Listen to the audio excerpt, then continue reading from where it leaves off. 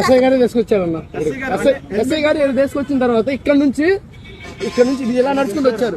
ఇద్దరు కలిసి వచ్చారు. కొత్త నుంచి ఒక ఫ్రెండ్స్ వస్తారు చూసావా, అలాగే వచ్చారు. ఏ బాబు టీ అన్నారు. అప్పుడు డబ్బులు కస్టమర్ అయితే నేను డబ్బులు అడుగుతా. ఎస్ఐ గారు అమ్మడి వచ్చారు కానీ నేను డబ్బులు అడగలేదు, నీళ్ళకి కూడా డబ్బులు అడగలేదు. తర్వాత ఇక్కడికి వచ్చిన తర్వాత పిలిచాడు. మళ్ళీ పిలిస్తే నేను దారం ఉందంటే దారం తీసుకువచ్చా. బుల్లెట్ బండికి ఊడింది, నేను దిగిచ్చాను, దారం కట్టాను. బుల్లెట్ బండికి ఉంటుంది అలాంటి దారం, ఒకవేళ కట్టి బిల్లుగా కట్టాను. హెల్మెట్ అసలు తీయలేదు, మాస్క్ మాత్రమే తీశాడు. ఇక్కడ కూర్చున్నాడు. నేను హెల్మెట్ కట్టేటప్పుడు ఇదిగో ఇక్కడే కూర్చున్నాడు, యాడికి పోలా, ఇలా కూర్చున్నాడు.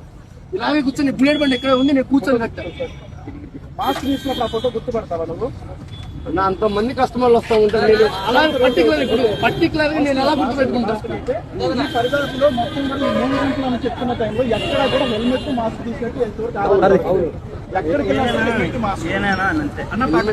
హెల్మెట్ ఎలా ఉంటది అంటే, ఇప్పుడు హెల్మెట్ అలా ఉంటది. బలగారు ఒక నిమిషం ఆగవా, అలా ఉంటది హెల్మెట్, అలా ఉంటది హెల్మెట్ ఓపెన్ చేస్తుంది. ఎగ్జాంపుల్ చూపిస్తున్నప్పుడు నీకు అలా ఉంటది అని చెప్తున్నా. మాస్క్ పెట్టుకున్నారు. వెళ్ళాలనుకుంటే ఇక్కడ కేవాట్ లో ఉంది, ఆయనకున్నంత స్థితి 15 మంది ఉన్నారు. నేను 2000 ఎదురుగా ఇన్నోటోళ్ళు హోటల్ పెట్టుకుని ఇక్కడ పడుకున్నాడా? 11 సంవత్సరాలు వెళ్ళినప్పుడు 19 మంది పిల్లలు పోషిస్తున్నాడు. ఎదురుగా ఇన్నోటోళ్ళు హోటల్ ఉంది, ఎదురుగా ఇక్కడ పడుకున్నాడు 3 గంటలు. మేమేమడుగుతున్నామంటే ఆయన ముఖం ఏమన్నా చూసావా అని ఫోటో చూపిస్తాను. 100 మంది షాప్ దగ్గరకు వస్తాను. నేను ఎట్లా పర్టికులర్ గుర్తు పెట్టుకుంటా చెప్పండి. ఒకటి మీసాలు లేవండి, మీసాలు కట్టాలి, టీ దగ్గర నీళ్ళు ఇచ్చారు, మాస్క్ పెట్టి వాడెవడో బాగా క్రియేట్ చేసి అది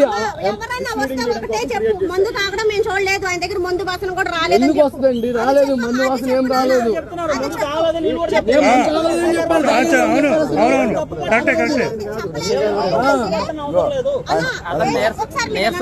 నీరసంగా చెప్తున్నారు ఫస్ట్ నుంచి. రోజు చేస్తాం, చేసేవాళ్ళు చేస్తూనే ఉంటారు. ఏం చేస్తాం?